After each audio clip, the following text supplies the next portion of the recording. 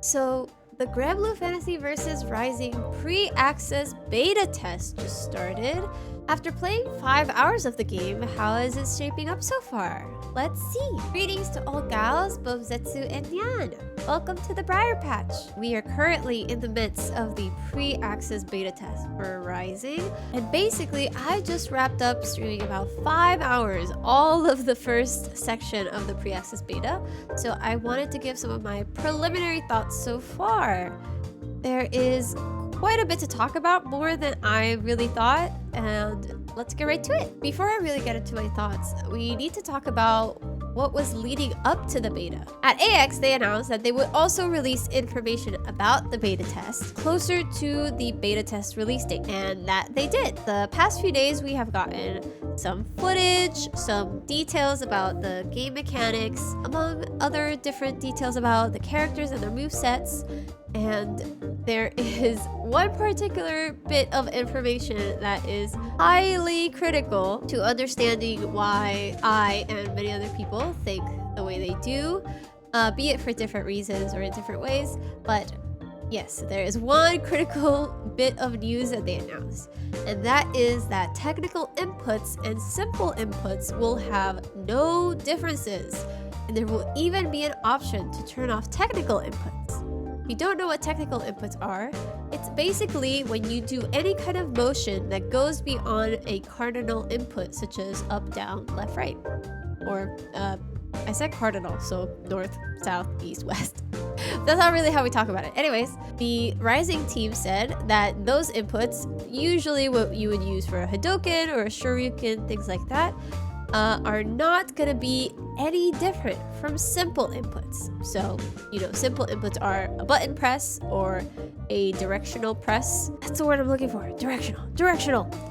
A directional press. The technical inputs and the simple inputs will have no gameplay difference. This is different from the previous Granblue Fantasy vs game, because in the previous game, technical inputs had some clear gameplay advantages over simple inputs. Although simple inputs were still widely used, depending on the circumstances, especially if you were like, this is a game-winning combo and the extra damage doesn't matter, I just gotta win it, then you would of course choose to use simple inputs.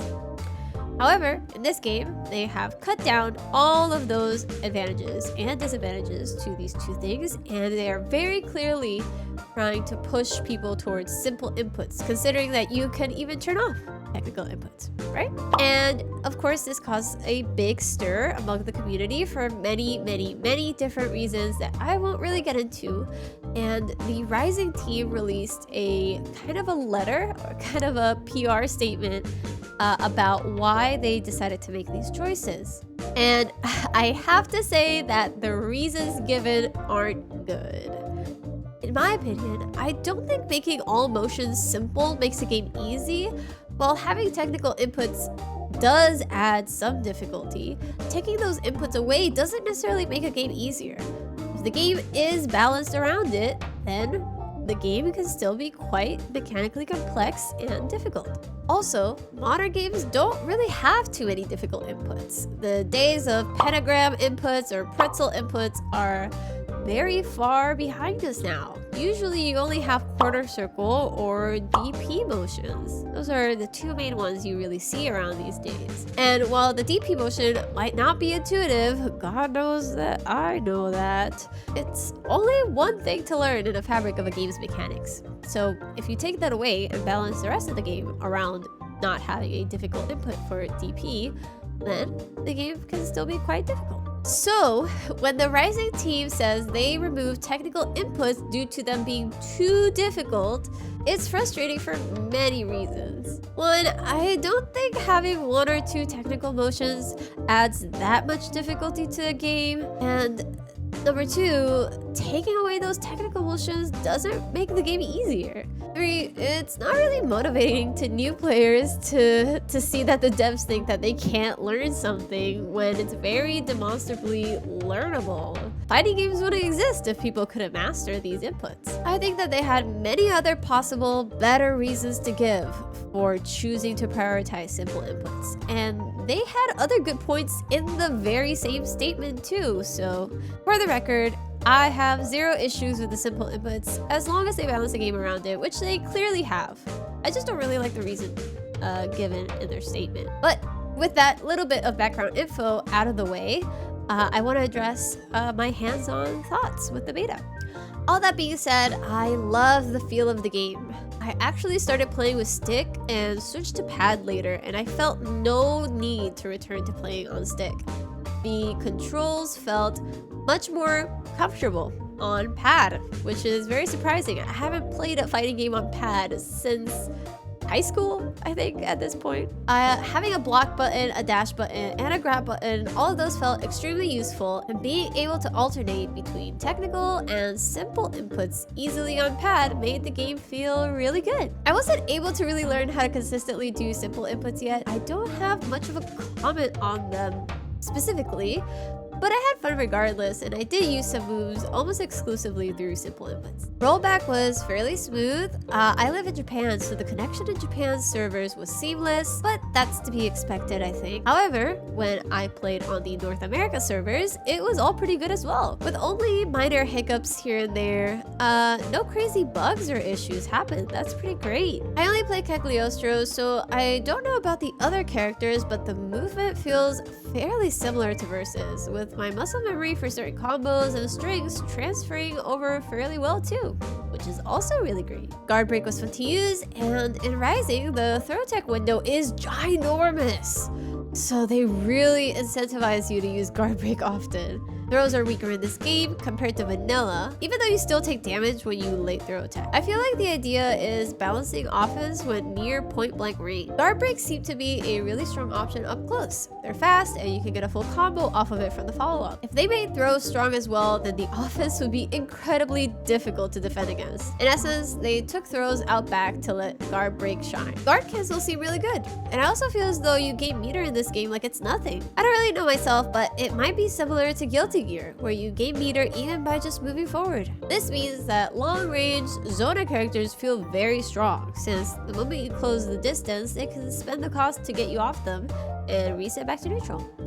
Guard canceling costs them 50 meter and BP, but the meter seems like it can be regained easily enough. So the game feels very fun, but the 50 meter options are so good that you basically always want 50 meter on deck, which is very different to Versus on release, when meter was simply a super bar. So you only thought, oh, 100 meter? Time to do the SSBA. It's interesting, but I'm not sure at what cost. I didn't mess with the ultimate skills that much, but from what I've seen, they seem pretty strong too. Meter options are all super strong. Or I shouldn't say all, but they felt super strong. And if you aren't interacting with your metered options, then defense likely feels impenetrable. Just holding down back alone is super strong. Basic strike throw mix takes a huge hit due to the throw changes. Another thing is that guard breaks might be insane to defend against. I'm unsure, but it almost feels as though there might be situations where if you don't have meter, you'll be completely unable to avoid it. You'll be forced to use the brave counter mechanic, which you might not have access to if you don't have meter or BP. Characters like Cac without a DP might as well end up in a checkmate situation if they don't have access to resources to help them handle guard break. That's a little crazy. That's a little wacky, a little silly. Oh, and dash attacks are really good. I thought I would use dash attack L more, but I ended up really vibing with dash attack M and H. I think dash attacks seem like they complement everyone's kits pretty well, from what little I've seen. And I think we'll wind up seeing more well-spaced dash attack H a lot. I couldn't do it too much during the beta, but I saw that this actually seemed like a pretty good option, since I think it beats your opponent's light and medium options. And you're left pretty safe if you're spaced properly. So, dash attacks get a thumbs up from me. I always love dash attack. Also, this game is beautiful! The menus and the UIs all look amazing! I really like the main menu that we got to see in the beta, and just the UI of everything in general. Looks really good. The stages had some cute mechanics. I really like just how everyone looks. The new key art is also very beautiful. I didn't really expect them to get new key art, but I'm very happy that they did. And that's all I really have to say about my first 5 hours with the beta. Thank you for stopping by the garden, and make sure to subscribe to the channel if you want to meet up again for tea in the future. If you want to catch streams like the ones I showed of me trying out cool stuff, please make sure to check out my Twitch at twitch.tv/heatinggao. It will be in the description. So yeah, make sure to subscribe, check me out on Twitch, hit the notification bell in order to make sure you're always on time, and I will see you all very soon. Goodbye!